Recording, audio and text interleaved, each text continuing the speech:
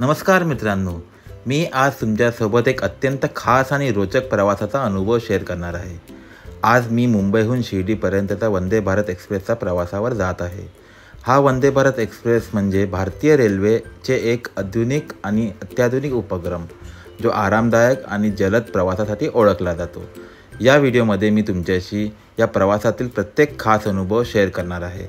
सुरुवातीला ट्रेनच्या आरामदायक आणि सुसज्ज डिझाईनपासून त्यातील अत्याधुनिक सुविधांपर्यंत आणि त्याच्या वेगाच्या बाबतीत, तसेच मुंबईपासून शिर्डीपर्यंतच्या या मार्गावर जाणारा निसर्गदृश्यांचा आणि शांततेचा अनुभव कसा होता ते तुम्हाला दाखवणार आहे.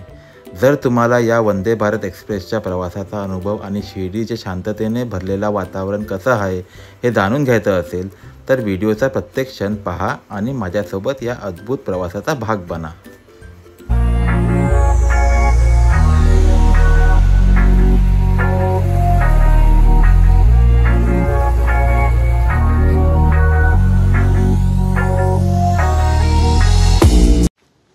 हॅलो फ्रेंड्स, माझं नाव अमेय भांडे आणि तुमचं स्वागत आहे तुमच्या आवडत्या यूट्यूब चॅनलमध्ये, ज्याचं नाव आहे अमेय भांडे व्लॉग्स.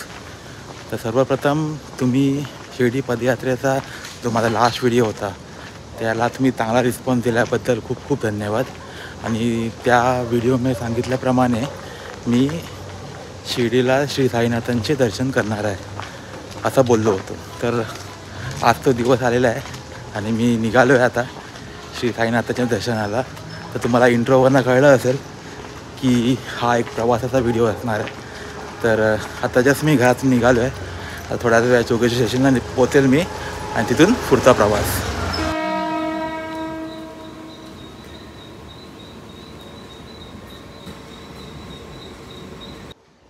ट्रेनमध्ये बसलो आहे आता. दादरला थोड्या वेळात पोहोचेल. आता जस्ट ट्रेन निघाले जोगेश्वरीवरनं, अंधेरी आलेलं आहे. आणि तुम्ही बघू शकता माझ्याबरोबर आहे यतीश भावे. गेल्या वर्षी यतीश भावेनं आपलं मनोगत दिलेलं व्हिडिओमध्ये. आम्ही दोघं पदयात्रेला चालत होतो, पण यावेळी आम्ही दोघं ट्रेननी जातो आहे आता शिर्डीला. साईबाबांचे दर्शन तर घेणारच आहोत आणि आपले पदयात्री मित्र जे आहेत ते त्याला सगळ्यांना भेटणार आहोत. पोचलो आहे दादर स्टेशनला. तुम्ही मागे बघू शकता तेजस एक्सप्रेस आहे मडगावला जाणारी. आता ह्यानंतरच वंदे भारत एक्सप्रेस आहे. एखादी अजून एक मेल आहे, बट त्यानंतर वंदे भारत एक्सप्रेस आहे. वाजले आहेत आता 6:10. अजून अराऊंड 15 ते 20 मिनटं आहेत ट्रेन यायला, पण थोडा लवकरच पोहोचतो आहे दादरला. आता थोडा वेट करतो इथे आणि आरामात ट्रेन बोर्ड करतो.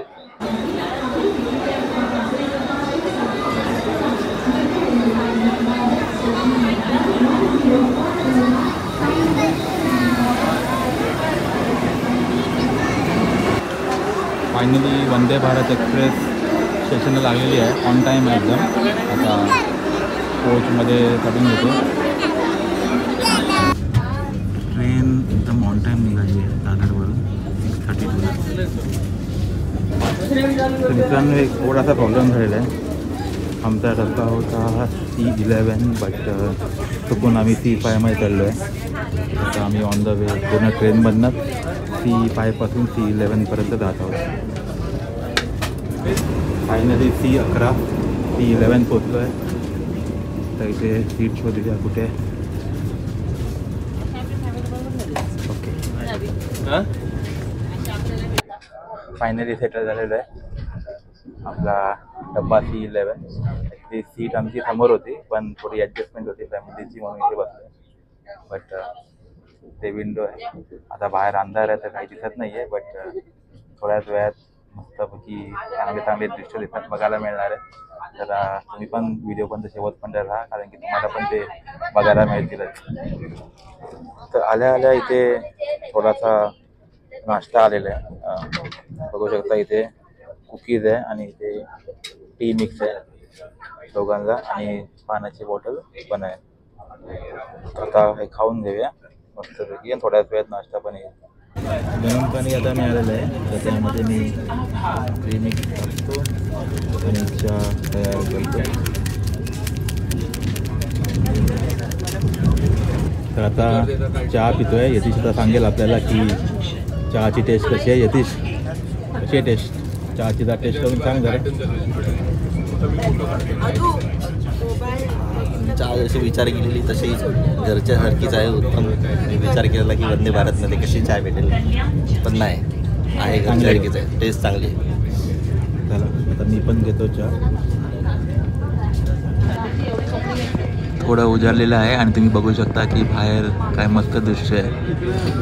खिडकीतून आपल्याला दिसत ट्रेन स्पीडने जाते आहे, पण आतमध्ये आम्हाला अजिबात जाणवत नाही आहे की किती स्पीड आहे. आता स्पीड थोडी कमी झाली, बट थोड्या वेळापूर्वी 110 115 स्पीड होती आणि आम्हाला अजिबात जाणवत नव्हतं की आतमध्ये की बाहेर एवढ्या स्पीडने ट्रेन चालली आहे. तर थोड्या वेळातच कल्याण स्टेशन येईल.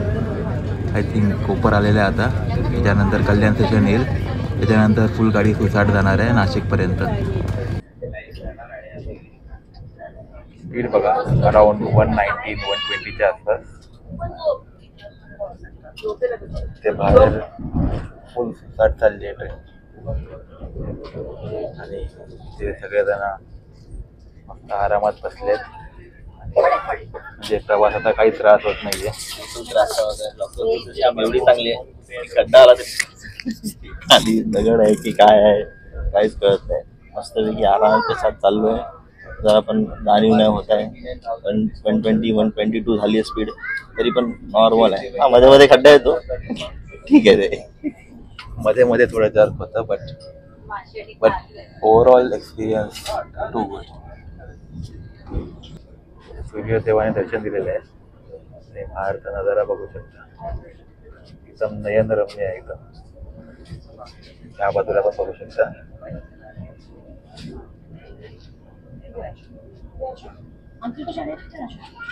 बघा इकडे फॉग आहे आणि ट्रेन ज्या स्पीडने जाते.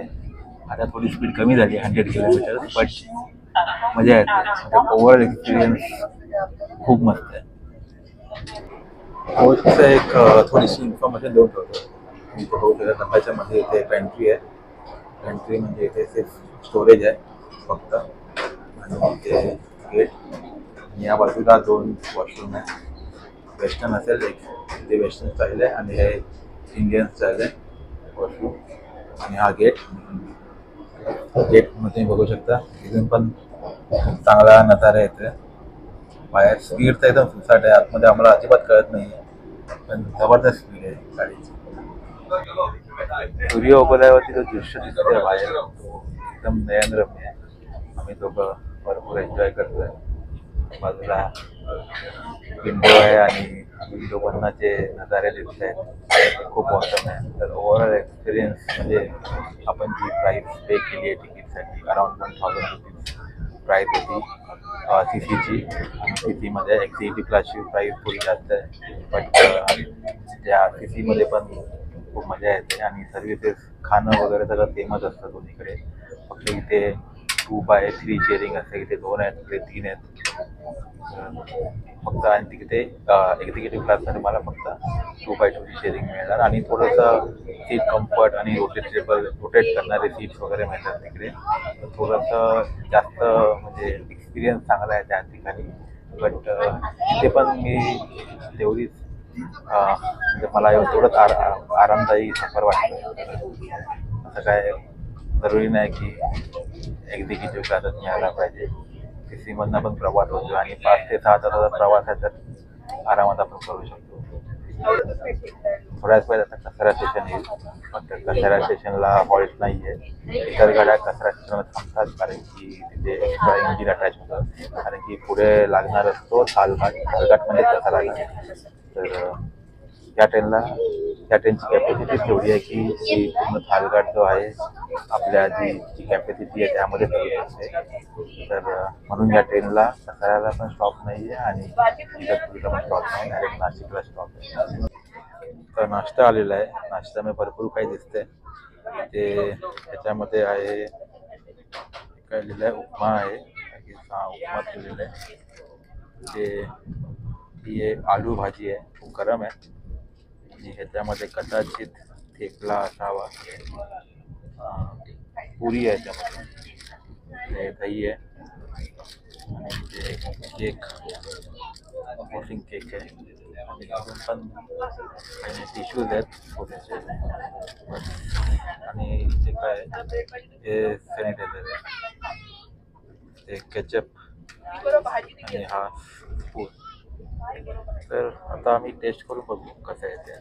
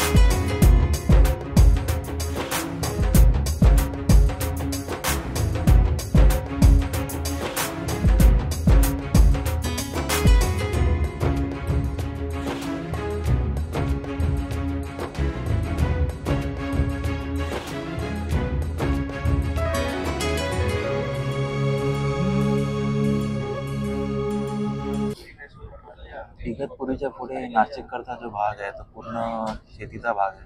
तुम्ही इथे बघू शकता लांबच्या लांब शेती पसरली आहे. सगळीकडे ऊसाची लागवड आहे, काही ठिकाणी द्राक्ष आहे, चिकूची लागवड आहे. इथे की लागवड तुम्हाला दिसते. ट्रेनमधनं पण आपण हे बघू शकतो. म्हणजे लांबच्या लांब तुम्ही बघू शकता की सगळीकडे शेती चालली आहे. तर बघा इथे फुलांची लागवड पण आहे. तर असंच भरपूर शेतकरी समाज या साईडला आहे आणि ते लोकांनी अजूनपर्यंत आपली शेतीचा जो व्यवसाय आहे किंवा शेती जे करणं आहे ते अजून सोडलेलं नाही आहे. आणि त्याच हिमतीने त्याच ताकदीने ते लोक अजून पण शेती करतायत. तर शेतकऱ्यांसाठी खरंच हॅट्स ऑफ. आलेलं आहे नाशिक स्टेशन. कल्याणवरनं जी गाडी निघाली डायरेक्ट हॉल्ट होता नाशिक स्टेशन. आता इथून नाशिक नंतर डायरेक्ट शिर्डी. मित्रांनो असा काही आहे वंदे भारतचा वॉशरूम. तुम्ही बघू शकता की एअर फ्रेशनर आहे, ते हँड ड्रायर, ते सोप डिस्पेन्सर, ते मिरर आहे, ते टॉवेल वगैरे हँग करू शकता. मागे इथे कमोड आहे. ही वेस्टर्न स्टाईलचं बाथरूम आहे. तर ओव्हरऑल ते सगळं क्लीन दिसत आहे मला. एवढं खराब झालेलं नाही आहे बट असंच टिकू दे बस आणि काय नाही. आम्ही आलो आता एक्झिक्युटिव्ह क्लासमध्ये. बघू शकता मस्त आरामदायी सीट आहे इथे आणि सीट पण तुम्ही बघू शकता 2x2ची शेअरिंगमध्ये आहे सीट इथे. आणि त्यात तुम्हाला हे स्पेस इकडचे दाखवतो. हे बघा लेग स्पेस खूप चांगली आहे. आपण आरामात पाय ठेवू शकतो. आणि इथे एक असं टेबल सारखं आहे जे बाहेर येतं आणि तुम्ही ते लॅपटॉप ठेवून काम करू शकता आणि काही खाण्यासाठी खाऊ शकता.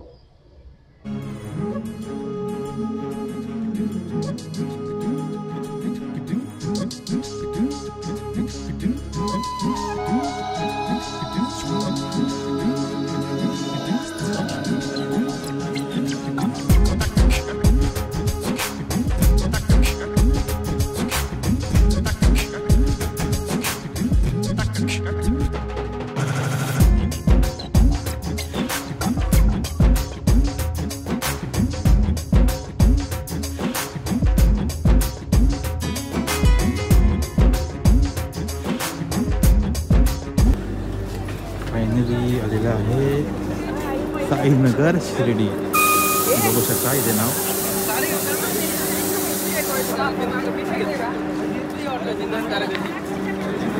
हा प्लॅटफॉर्म. तर प्रवास संपलेला आहे. पोचलोय शेवटी मी शिर्डी साईनगरला. वंदे भारत एक्सप्रेस मागे उभी आहे आणि आता इथून मी रिक्षा करून जाणार टेम्पलला. प्रवास पूर्ण सुखकर होता. ट्रेन खूप फास्ट होती. मध्ये मध्ये थोडी स्लो झाली बट त्यांनी टाईमच्या हिशोबाने टायमाच्या अगोदरच पोचवलेला आहे इथे साईनगर स्टेशनला. आता प्रवास तुम्ही बघितलाय. आता मी थोड्या वेळा आता तिथून रिक्षा करून शिर्डी समाधी मंदिराकडे जाईल आणि बाबाचे दर्शन घेईल. तर प्रवासापुरता हा व्हिडिओ इतकाच होता. तर तुम्हाला हा व्हिडिओ आवडला असेल तर तुम्ही या व्हिडिओला लाईक करा. तुम्ही चॅनलवर नवीन आला असाल तर या चॅनलला सबस्क्राईब करा आणि मला सपोर्ट करा. थँक्यू.